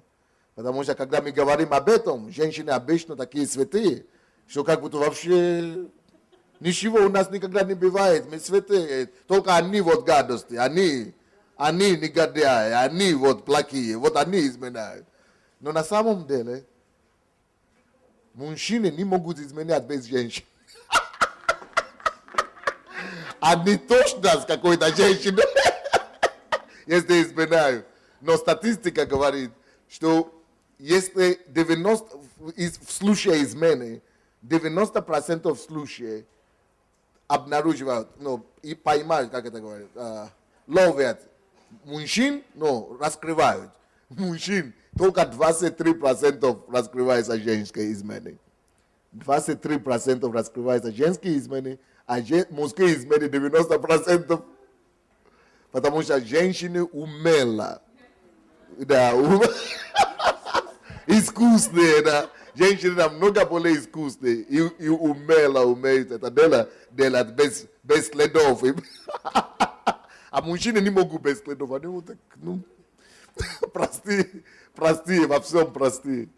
Короче, почему женщины изменяют? Или я бы не сказал, я не хочу сказать почему. Потому что такое впечатление, что она хочет, женщины целенаправленно изменяют. В каких случаях все равно? При каких случаях женщины изменяют? Да, что толкает женщины на измену?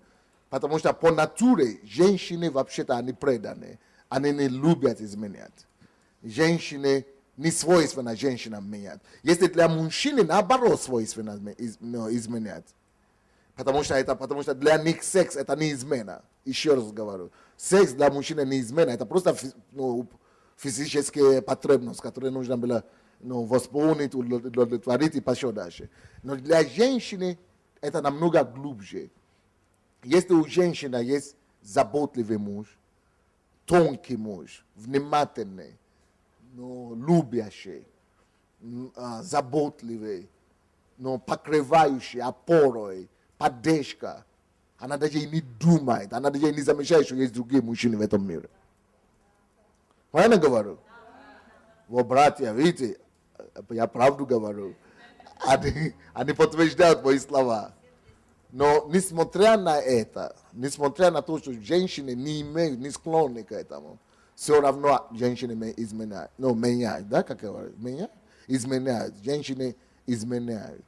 И в каких случаях они это делают? Женщины изменяют, потому что для нее катастрофа, катастрофически плохо, просто катастрофа для женщины быть, как вам сказать, ну, быть забитым в доме без внимания, когда ее не замечают. Вот так я скажу. Вот. Как? Игнорировать женщину, это самая большая проблема для нее. Это самая первая причина, почему женщины изменяют. Женщины изменяют, потому что если ее игнорируют. Особенно если игнорирует собственный муж. Собственный муж.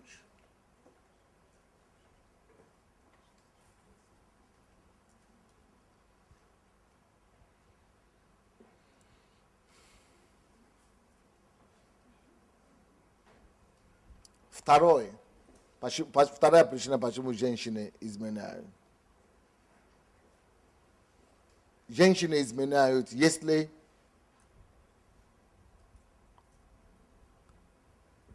ее муж, мало того, что не обращает на нее внимания, если тут же, ну, на месте этого мужа, который не обращает внимания, появляется кто-то, да, но не просто очередной мужчина, она так, сама не ищет. Она просто реагирует. Женщина в основном не ищет, чтобы целенаправленно идти изменять. Она просто реагирует на заботу другого. Вот так лучше сказать. Или как сказать лучше? Правильно говорю? Она всего лишь реагирует на внимание других людей. Поэтому катастрофа для женщины, когда нет внимания. Когда ее игнорируют и нет внимания. Но также катастрофически опасно для женщины внимание с другой стороны. Когда с одной стороны со стороны своего мужа нет внимания, и тут подвернулся элегантный, заботливый, внимательный. Женщины реагируют только на заботу. И когда ей дают эту заботу, я не в обиду, я не хочу раздражать женщин, да, или не в обиду сказано, но она забывает, что она замужем. Она забывает, что у нее есть муж. Она за него забывает. Все ее внимание переходит тому человеку, который дает ей или восполняет ее потребность. Потому что это для нее потребность. Внимание и забота – это потребность. Это не каприза, это потребность.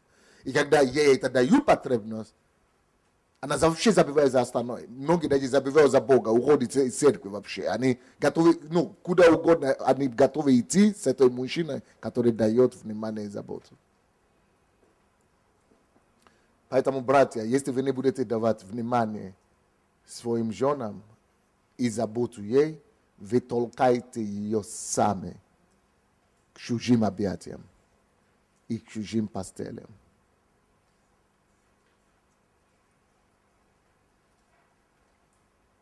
Сестры, я правильно говорю или нет? Все, будьте благословенны.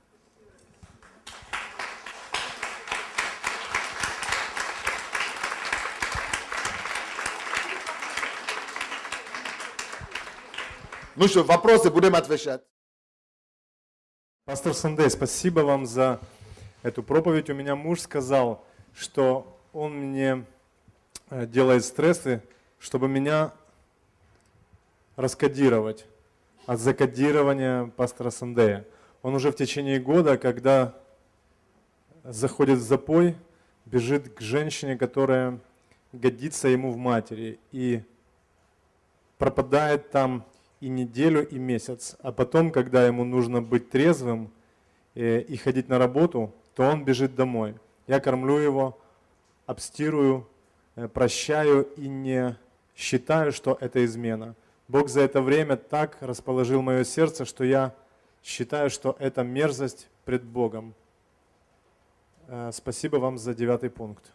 Да, в этом случае, если это стало системой, что он постоянно это делает, то я вам советую так, вам надо срочно перестать с ним спать. Во-вторых, надо перестать ему готовить и обстирывать.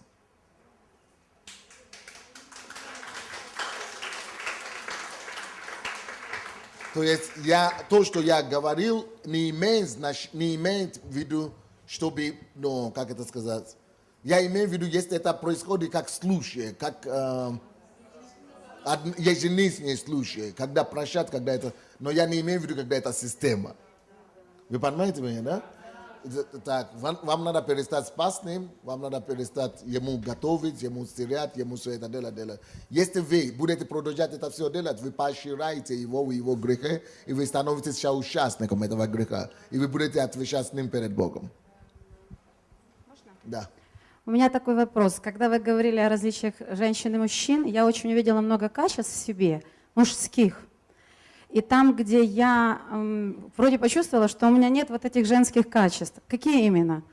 Какое-то стратегическое планирование, допустим, решение вопросов сразу. А мужчины, наоборот, получается, плачутся, проблемы. И я подумала, это нормально, допустим, у меня, или мне нужно поработать над женской какой-то стороной? Да, это вам нужно поработать, конечно, над женскими сторонами. Почему? Потому что но сильный, который у вас есть, надо ценить его, и не надо его выбрасывать.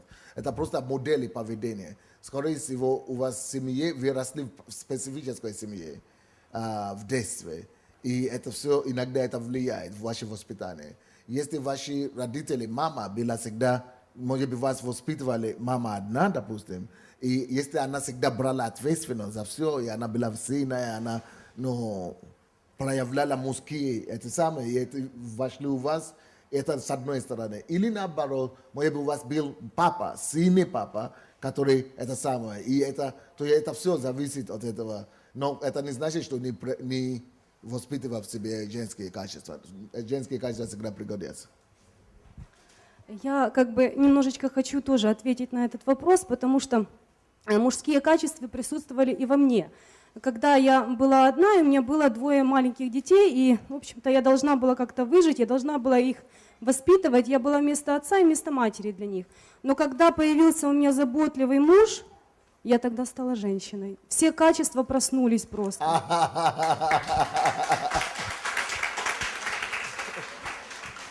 Класс. Еще вопросы? Да.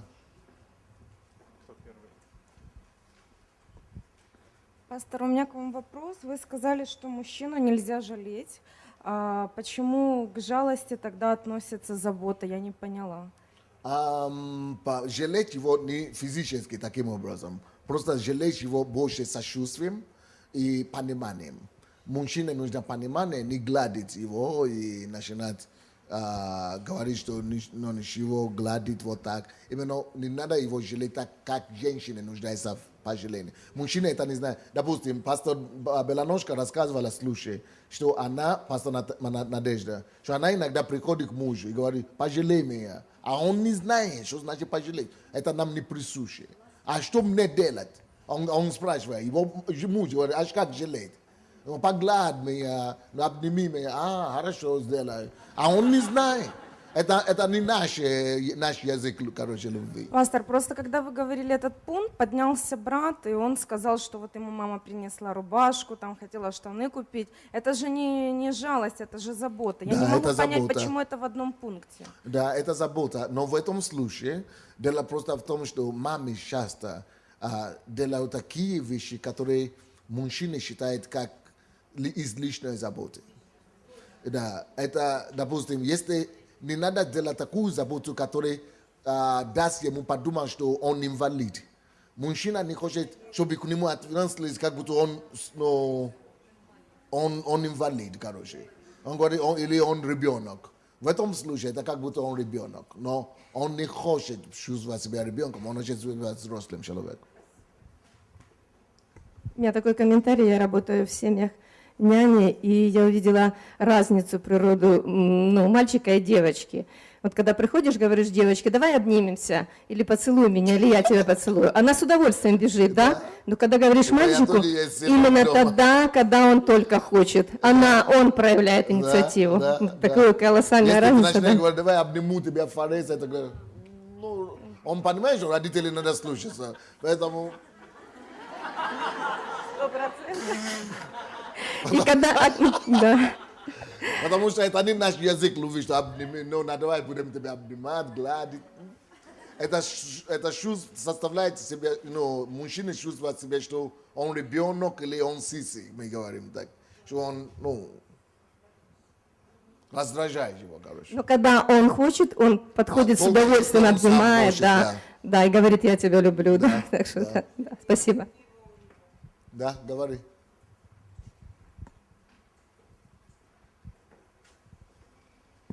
Я по поводу рубашки хотел продолжить еще немножко. Такие мысли появились, когда мама она приняла решение за меня. То есть я думаю, зачем? Ты просила бы, скажи, я хочу там сделать тебе подарок, давай мы тебе что-то выберем. Я думаю, мне было бы так, интереснее, то есть поговорить с ней об этом, сначала договориться как-то. Она взяла, приняла инициативу в свои руки, решила вместо меня и принесла это дело, решила за меня. Молодец. Да, вот это, да, классно. Спасибо. Молодец. Я хочу добавить, я воспитывала сына сама, и он у меня мужского характера.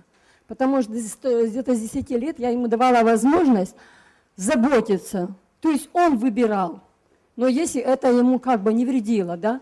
И поэтому 20 лет я его провела и сказала, сынок, иди квартиру снимай, хотя я киевлянка, и ты будешь мужчиной, чтобы ты не был маминым сыном. Класс. И он, мы когда-то его принимали на прием, 24 года он стал директором строительной компании греческой, без образования. Потрясающе. А в него в подчинении его дядя, там, братья двоюродные, которые с образованием иногда так шутят над ним.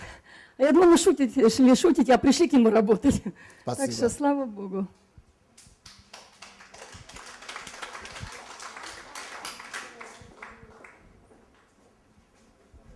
Пастырь, у меня есть одна семья, и ко мне обратились с проблемой. Они как были на грани развода. Они покаянные, но в церковь они приходят вот такие, как будто неверующие. Вот. И жена встретила первую свою любовь. И она стала негативно к мужу относиться, и у них стало как распадаться. Я беседовала с мужем и направила его к вам на ретрит. Он прошел ретрит, он в восторге, он так изменился. И жена сейчас, она между двумя, и вроде муж уже стал очень, вообще изменился. И она говорит, он будет членом нашей семьи, первая любовь. Как мне ответить ей, что это грех и что это нельзя делать? Надо послать ее на женский ретрит. Да, спасибо, пастор.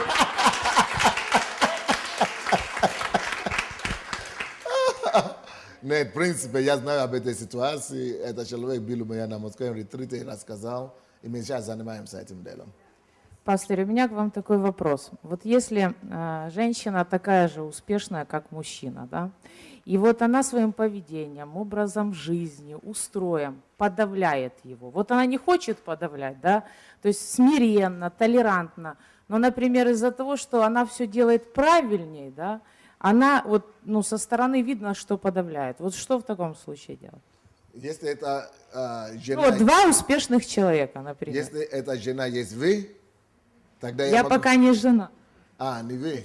Хорошо. Если это два успешных человека, то он не успешный, если его кто-то может подавлять.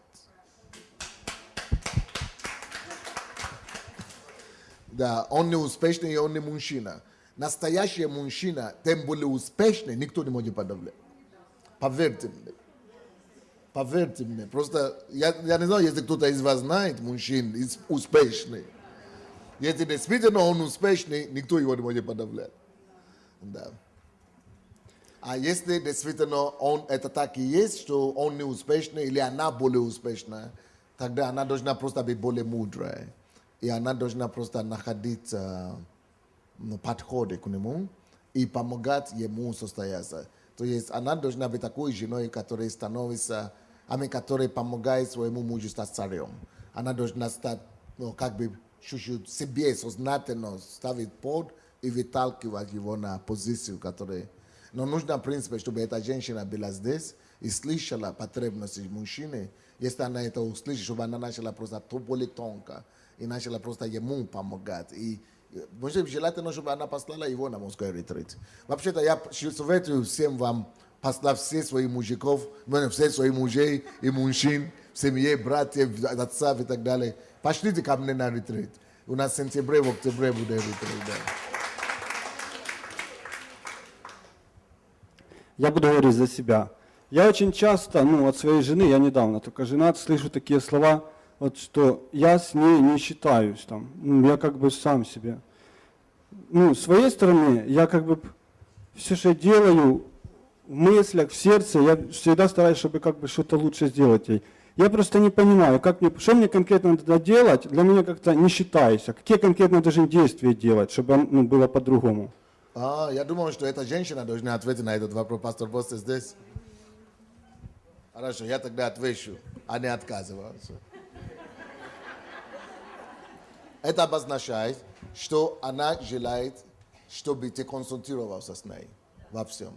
Я лично в своей семье принимаю последнее решение, но на самом деле я жду до последнего, чтобы принимать последнее решение. Почему? Я хочу быть уверен, что она высказала, и что я услышал ее. Она должна быть услышана, и она должна быть уверена, что ее мнение учтено, что ты услышал ее мнение, и что ты ушел это мнение. И что, может быть, ты даже сделал то, что она скажет. В принципе, я тебе скажу, между нами мужчинами, когда жена говорит, что ты не учитываешь мое мнение, это значит, ты не делаешь, что я говорю.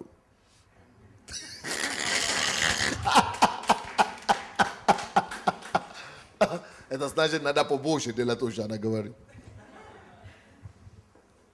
Пастор, если жена во всем старается, прилагает усилия, наступает на свой эгоизм, а муж на морозе, расслабился, ничего не делает, типа весь в работе, что делать? Ведь руки жены ослабевают. Что он делает на работе?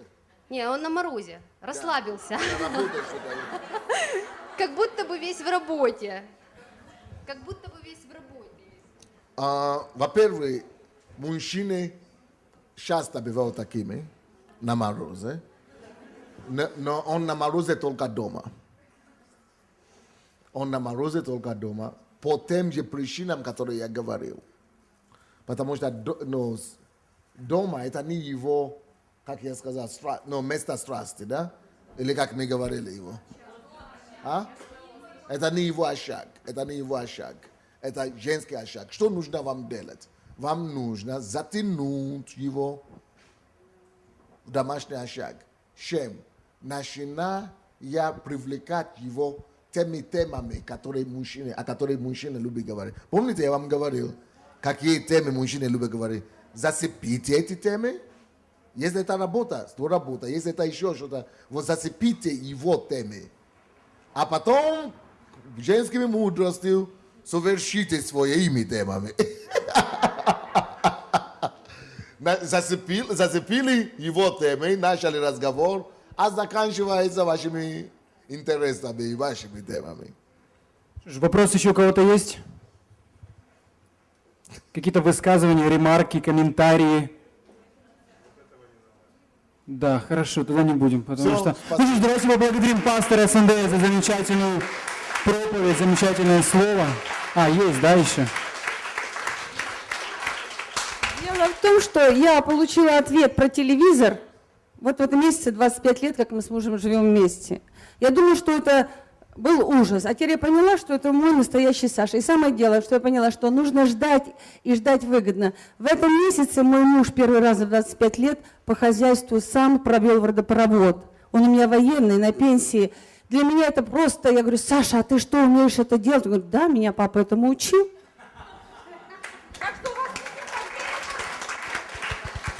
Она получила ответ не только по телевизору, но еще по домашнему очагу, что значит для мужчины. Он хочет делать то, что ему хочется делать. Все, с Богом.